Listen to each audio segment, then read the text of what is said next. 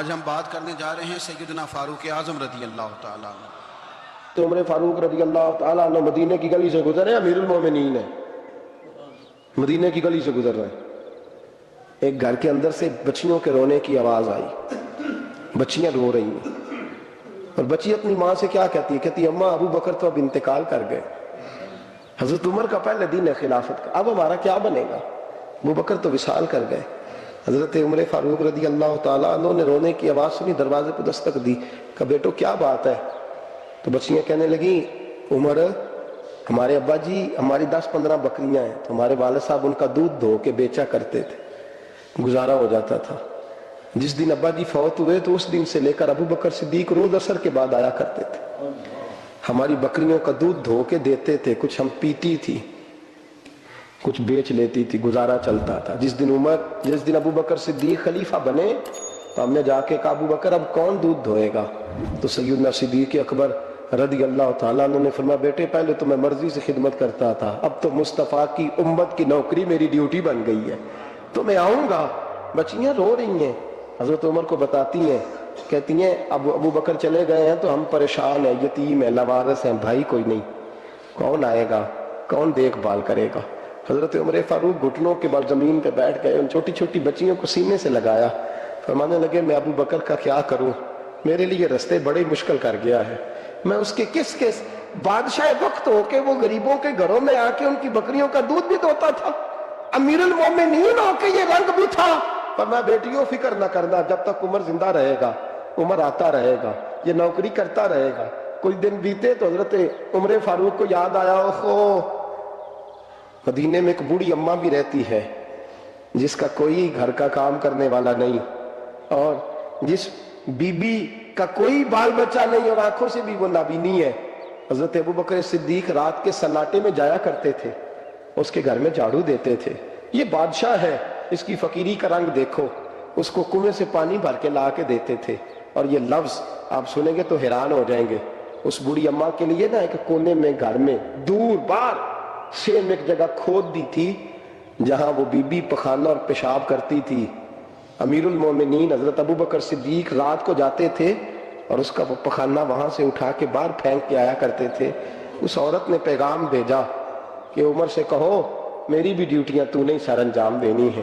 عمر فاروق ساری رات کام کرتے، سناٹا گہرا ہوتا تو جھاڑو دبایا بغل میں، اور عمر فاروق نکلے ہوئے، اس بی بی کے گھر میں جھاڑو دیا جا رہا ہے۔ حضرت انس بن مالک فرماتے ہیں میں نے آخری عمر میں بھی اس بوڑھے عمر کو دیکھا، اس بڑھاپے میں بھی میں نے اس شخص کو دیکھا ہے کہ جب وجود کمزور ہو گیا، داڑھی سفید ہو گئی، لیکن پھر بھی اس کا انداز نہیں بدلا، اس نے ساری زندگی بادشاہی میں فقیری کر کے گزار دی، یہ پھر بھی کسی کے گھر میں جھاڑو دیتا ہے، کسی کی بکریوں کا دودھ دھوتا ہے، یہ کسی غریب میرے دوست یہ۔ اور جب سیدنا فاروق اعظم رضی اللہ تعالیٰ عنہ خطبہ دینے بیٹھتے تو کپڑے پھٹے ہیں، پیبند لگے ہیں، مزاج سادہ ہے، بڑا مال آیا ہے، بڑا مال، لیکن تقسیم کر دیا، اور یہی انداز آگے اپنے گورنروں کو دیا۔